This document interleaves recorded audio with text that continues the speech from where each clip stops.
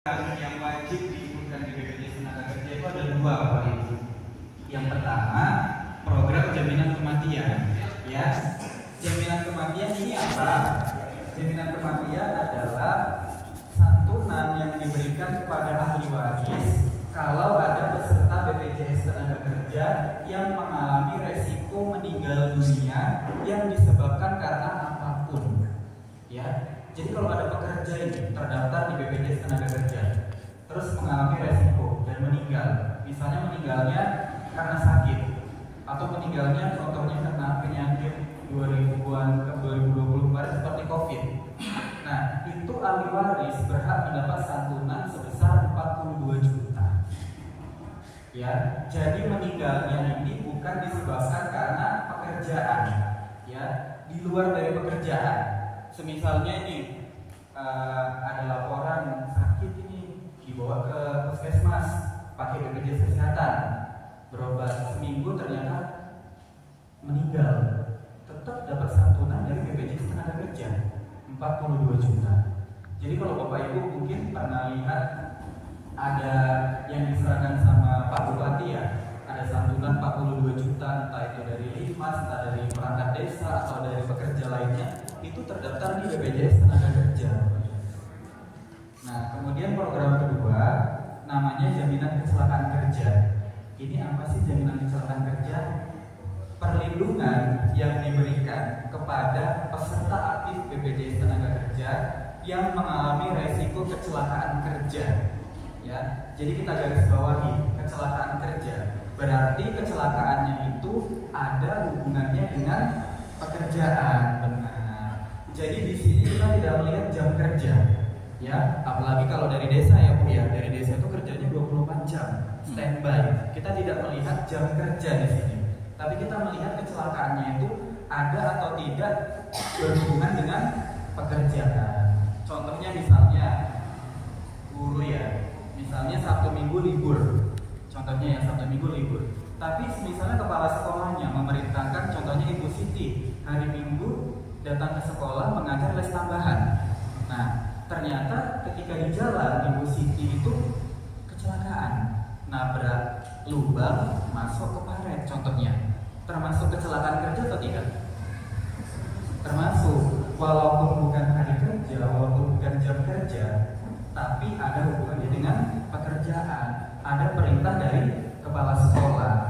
Benar. Jadi Bapak Ibu, kecelakaan kerja ini bukan mencakup kecelakaan yang terjadi di lokasi kerja aja, tapi perlindungan ini diberikan ketika berangkat dari rumah, dari pagar gerbang rumah, di perjalanan menuju tempat kerja, di lokasi kerja, sampai nanti pulang lagi perjalanan menuju ke rumah dengan rute yang wajar. Jika terjadi resiko kecelakaan kerja ditanggung oleh BPJS Tenagakerja. Jadi ini kita ambil contoh, misalnya tadi ada karyawan mau berangkat kerja kecelakaan gitu. Terus masuk ke rumah sakit. Yang pertama manfaatnya biaya pengobatannya itu unlimited. Unlimited itu maksudnya tidak ada batasan apapun. Jadi dokter itu nggak boleh penyakit ini nggak di cover, obat ini nggak boleh. Jadi kalau memang dia karena kecelakaan kerja itu 100% di cover. Ya, misalnya nih tadi dia kecelakaan, terus dokternya memvonis bahwa si pekerja tadi patah tulang, ya kakinya patah contohnya. Kalau patah tulang itu kan Bapak Ibu harus kontrol ya, dan harus pasang pen. Nah, lepas pennya itu kan sampai 2 tahun ke depan ya baru bisa lepas pen. Jadi pengobatannya itu Bapak Ibu bukan hanya sampai kecelakaan berobat pulang, itu tidak. Besok-besok dia kontrol, nanti bahkan 2 tahun lagi dia lepas pen, itu masih di-cover oleh BPJS Tenagakerja. Itu makanya manfaatnya unlimited. Terus yang kedua, misalnya tadi kan kecelakaan patah tulang, dokter itu tulis merekomendasikan pekerja tadi harus istirahat di rumah selama 1 bulan contohnya ya. Nah, jadi Bapak Ibu selama tadi pekerja itu istirahat di rumah tidak bekerja, itu yang membayar gajinya adalah BPJS Tenagakerja. Ya, ada namanya santunan sementara tidak mampu bekerja.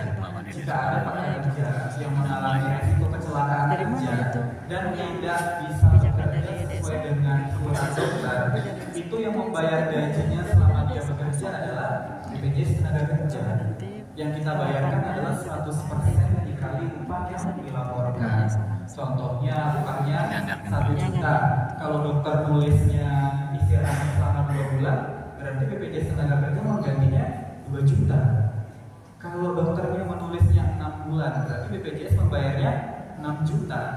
Tapi kalau dokter hanya menulis selama 2 minggu, berarti berapa dibayar? 500.000. Jadi jumlah hari istirahat dibagi jumlah hari 1 bulan dikali upah 1 bulan.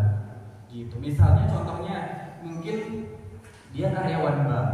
Loh, Mas kan kalau karyawan bank kalau terjadi sakit karena kerjaan kan tetap digaji tuh, gitu kan. Nah benar, tetap kita gaji, tapi nanti perusahaan bisa mengklaimnya ke kami. Gitu. Jadi seolah-olah tetap yang membayar gajinya adalah BPJS Tenaga Kerja. Gitu. Nah itu manfaat yang kedua, Bapak. Terus manfaat yang ketiga, kalau terjadi resiko kecelakaan, kan kemungkinannya 2 ya. Yang pertama sembuh atau cacat, yang kedua meninggal. Nah Bapak Ibu, kalau dia meninggalnya akibat kecelakaan kerja, itu yang diterima ahli waris bukan 42 juta. Ya, itu beda. Kalau ada pekerja yang meninggal karena kecelakaan kerja, manfaatnya adalah 48 dikali gaji yang terlapor. Ya, misalnya gaji yang terlapor 1 juta, berarti berapa? 48 juta ditambah biaya pemakaman 10 juta ditambah nanti santunan sekaligus 12 juta. Itu ada lagi plus-plusnya, karena ini kan BPJS Tenaga Kerja. Pasti kalau risikonya terjadi akibat kerjaan, santunannya lebih besar. Nah, ada lagi manfaat yang terakhir. Kalau ada pekerja yang mengalami resiko kecelakaan kerja dan meninggal dunia, kan rata-rata pekerja ini pasti tulang punggung keluarga ya Bu ya. Nah, ternyata pekerja tadi meninggal akibat resiko kecelakaan kerja. Ternyata di rumah ada anak usia sekolah, ya. Ternyata masih ada anaknya yang bersekolah. Negara juga hadir Bapak Ibu. Negara itu sudah menyiapkan ada santunan beasiswa pendidikan untuk 2 orang anak yang ditinggalkan. Berapa totalnya? 174 juta untuk 2 orang anak. Ya, dari TK sampai SD selama 8 tahun, itu anaknya nanti bisa klaim per tahunnya 1.500.000. Naik kelas ke SMP, per tahunnya nanti anaknya bisa klaim 2 juta per tahun.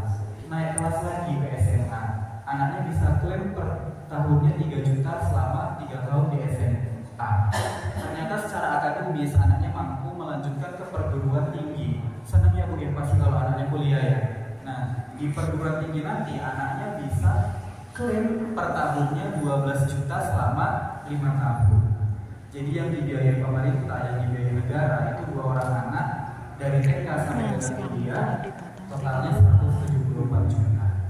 Itu bisa diberikan kalau terjadi risiko meninggal akibat kecelakaan. 11 juta, 11 juta, Terus kalau 11.000, meninggalnya masih bukan karena kecelakaan kerja, apakah ada dikali beasiswa 3 pendidikan juga?